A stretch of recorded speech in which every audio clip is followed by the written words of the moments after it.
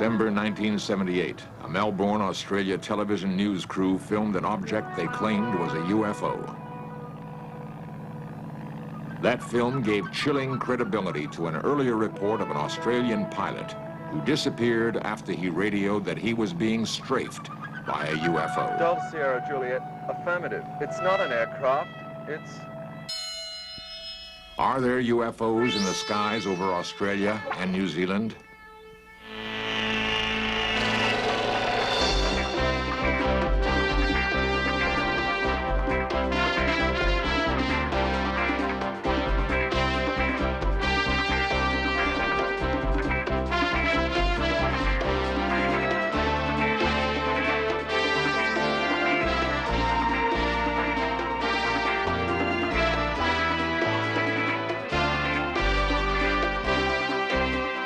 This series presents information based in part on theory and conjecture. The producer's purpose is to suggest some possible explanations, but not necessarily the only ones, to the mysteries we will examine.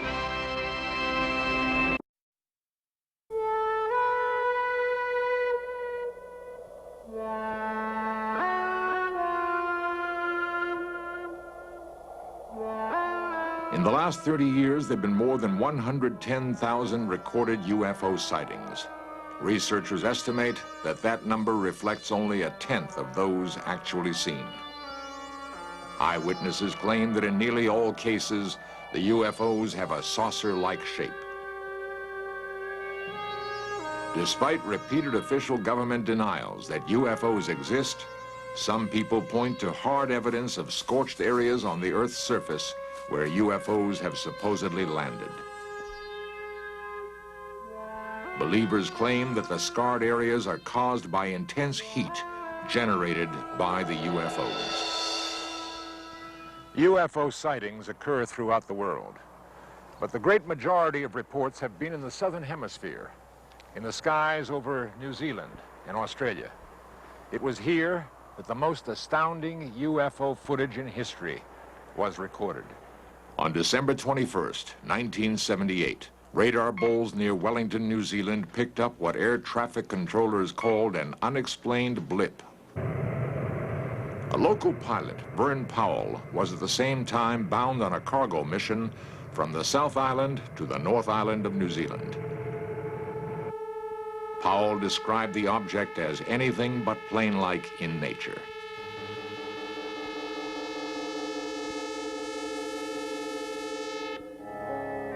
What was it that Captain Powell, a 35-year flying veteran, saw in that December night sky? Douglas Maben heads New Zealand's Mount John Observatory. Well, at that time that was taken, there were two very bright objects in the sky. One early in the morning was the planet Venus, seen in the mornings fairly close to the horizon. And during the night, from a little bit before midnight through to morning, the planet Jupiter was up in the sky, and it was very bright, though not as bright as Venus. So depending on the time of day or night when the photograph was taken, it could have been one of those two planets.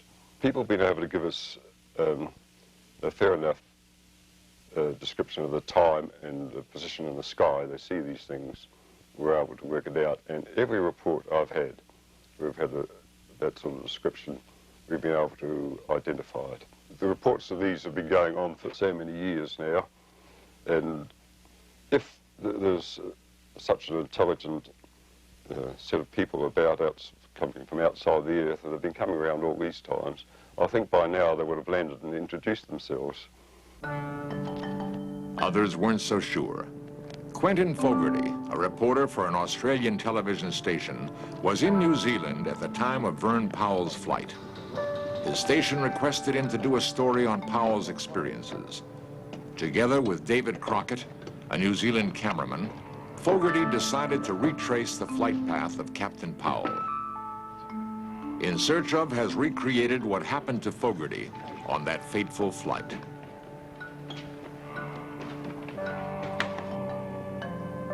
Fogarty planned to make the 400-mile round trip between Wellington and Christchurch in a massive Argosy aircraft, which was already scheduled for a freight run.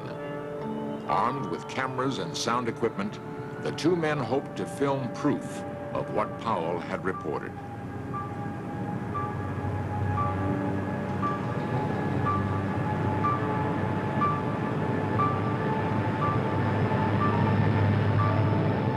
Fogarty realized that the chances of seeing what Powell saw 10 days earlier were remote, but he still had strange feelings about the flight. There were stages there where I was very, very frightened. And when I thought, well, if I was to die, or if in fact I was to be removed from that aircraft in some shape or form, then it wasn't going to be a painful process. And I can't really explain why I felt that. It's just a feeling I had. The flight was long. Captain Bill Startup warily scanned the night sky. Fogarty and cameraman Crockett waited in the hold. Testing, 1, 2, 3. Just checking the intercom.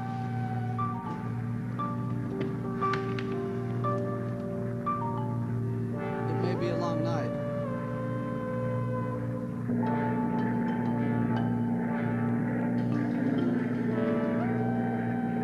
Suddenly, Captain Startup spotted the object and called to Fogarty. Quick, off to starboard. The object seemed to be hovering around the aircraft. Do you see it?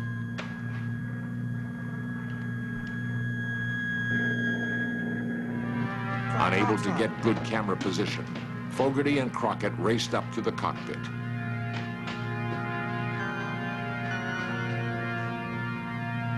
This is the film they shot. And by the time David and myself got onto the flight deck, I could see two bright lights, and in retrospect it now appears that this object was quite low, and in fact was reflecting on the water. We just kept looking at this one bright object that looked like a very bright star outside our starboard window. So we turned towards the object, and at this time David was continuing to film, and at one stage he said to me, he got very excited and turned around to me and said, you know, it's got a brightly lit bottom and a sort of transparent sphere on top. And I was doing a tape commentary at the time, and I remember saying that that sounded like a classic flying saucer shape. And I think it was the last person to see it. Was that I looked out the right-hand side of the aircraft and peered right down. And this object just went below the aircraft and disappeared. Nobody connected with this case has been prepared to say that they are extraterrestrial, because I don't think you can ever say anything is extraterrestrial until you can actually physically hold on to it or meet with the inhabitants, or, you know, or the thing lands in Central Park and you beam it live television around the world, and then people would say it was hoaxed anyway. But there are a number of possibilities, and I think that probably the strongest of all the possibilities is that it is extraterrestrial. The film is unlike any other recorded in history. The object darted about, changed color, shimmered with an eerie translucency. The object was incredibly bright, far brighter than any planet or star. The film, shot by Fogarty and Crockett, has since been analyzed by U.S. and Australian scientists. Their conclusions have been that it does show some metallic object, unearthly in its brightness. No one will hazard a guess as to what it was or why it appeared where it did. By plotting where UFOs have reportedly appeared, a complicated grid system was devised by a man who has become the dean of UFO researchers. Bruce Cathy, a commercial pilot for more than 40 years, believes that his system, controlled by the elements of light, energy, and matter, validates the presence of UFOs. Square one. I only found the system by actually studying UFOs, or the movement of UFOs. And it was after I found that UFOs have to use that system, or tune into that system, if they're going to move from point to point in space. The UFO shots were taken in New Zealand around last Christmas.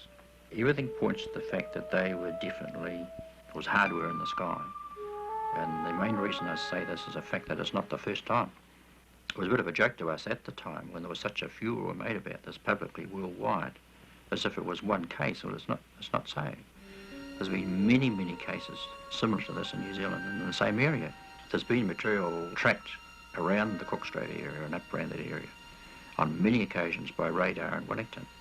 And on many occasions, even in daylight, there's been an object seen in the sky by cruising an aircraft, and that's also been sighted on radar. And in one of those particular cases, the radar crew asked the crew of the aircraft to vector themselves onto this object so that they could get a closer look at it. The crew were watching this from a distance, and they refused. And that object was in that area for so long that even on the second trip back from Wellington across the Straits again, it was still there. The crew saw it a second time. But that was a broad daylight case. So in no way could they say there was lights at night being reflected or a Venus or anything like this. This is, but there have been many cases like this, and particularly in that area. This UFO film shot over New Zealand might bear a strange relationship to an event which occurred 3 months earlier. In Search Of examines that event next.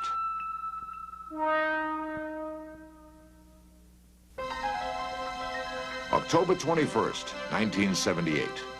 20-year-old Frederick Valentic took off to fly 120 miles from Melbourne, Australia, across the Bass Strait to King Island. Valentic was scheduled to pick up some fish for a small market that employed him. Despite his youth, he was experienced enough to be a flight instructor, and Frederick Valentic had flown this route many times before.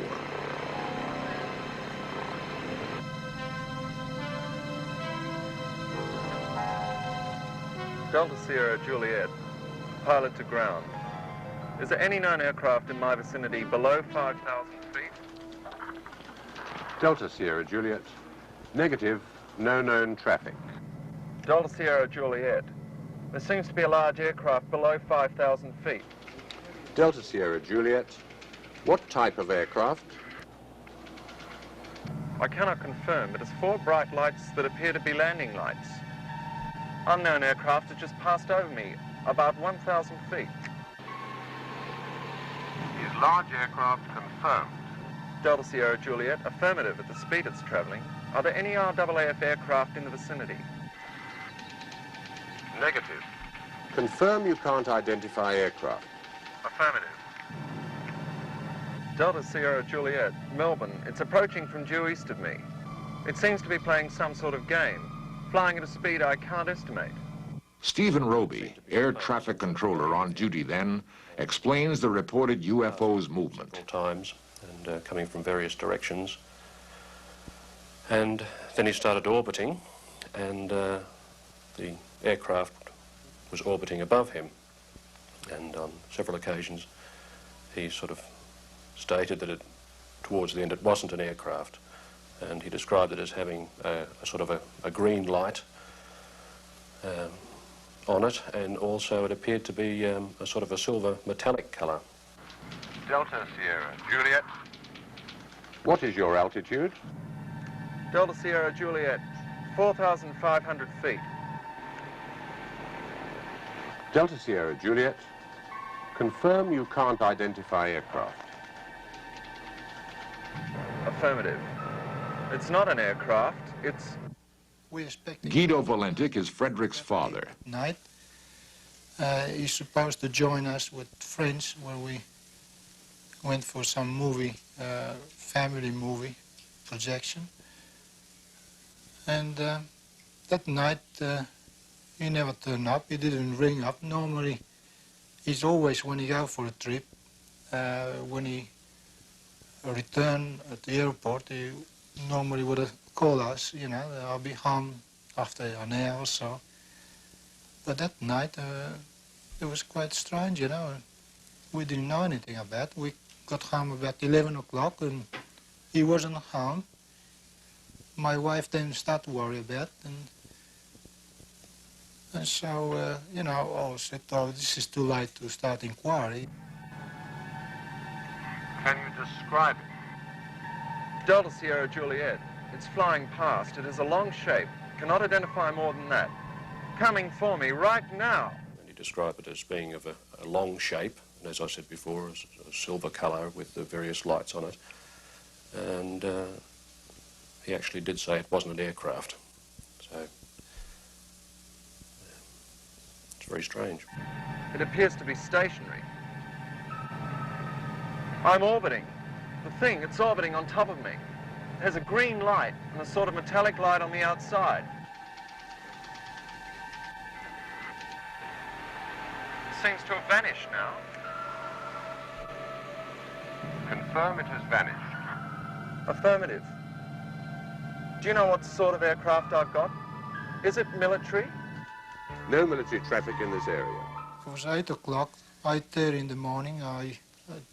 Nothing still happening. And couldn't see any sign of him, and I was just about to get up and maybe get on the phone, where all of a sudden a couple of uniformed blue slack-legged walk in the front door, and at that time we realized immediately that something was wrong. Delta Sierra Juliet, engine is rough idling and coughing. Delta Sierra Juliet, what are your intentions? Proceeding King Island.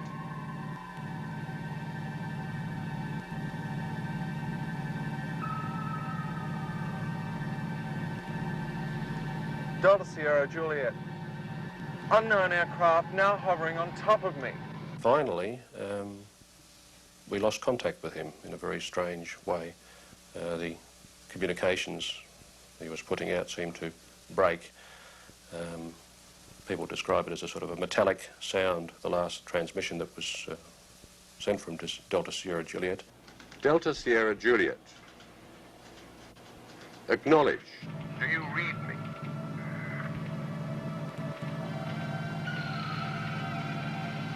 Do you read me? Delta Sierra Juliet. Repeat. Do you read me?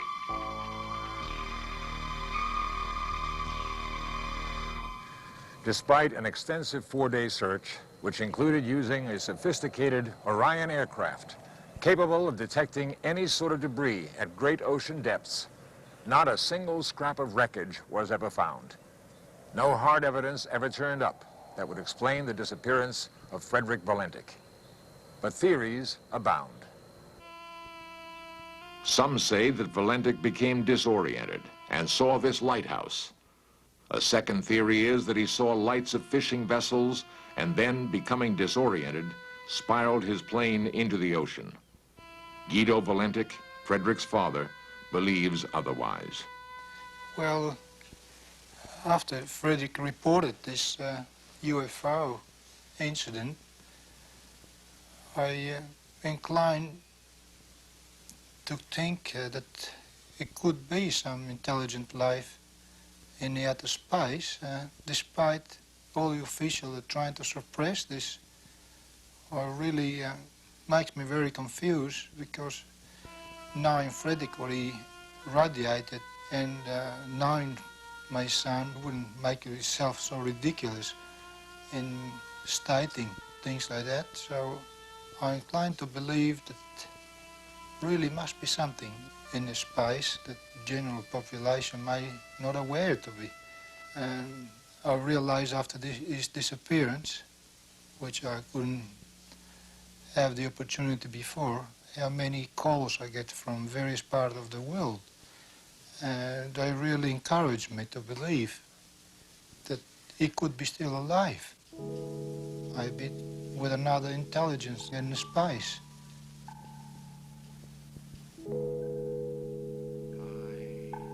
One of the most bizarre attempts to prove Valentik still lives is conducted by New Zealand psychic Colin Amory. He claims that through the power of a seance, he can contact Valentik and speak in his voice. The people I spoke of before, I know that my family are very sad, but it is not necessary. Death is something that is quite painless and is not difficult to bear. Valentik's plane and the supposed UFO were beyond the reach of radar, thus making it impossible to confirm his report. And the taped conversation between Valentik and the air traffic controller has never been released. The Australian Civil Aviation Department has refused all requests to hear that tape. The department will not give any reason for its refusal.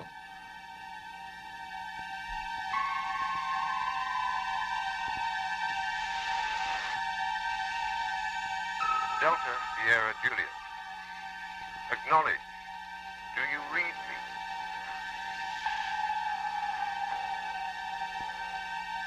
Repeat. Do you read me? There have been hundreds of planes that have disappeared without a trace. Valendic's disappearance is the single documented case where a plane has vanished after claiming contact with a UFO.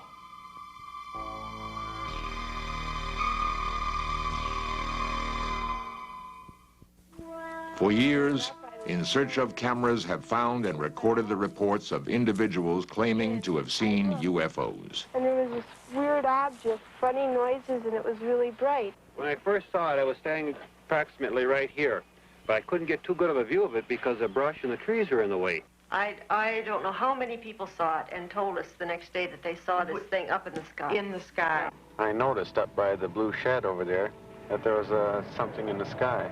It was definitely right there. On the night of November 2nd, 1975, I was sitting here doing my homework, and I looked out the window, and right above the blue building, I saw a UFO come down out of the sky. All of these first-hand accounts, together with the strange occurrences in the Southern Hemisphere, only makes one wonder what really does exist in outer space.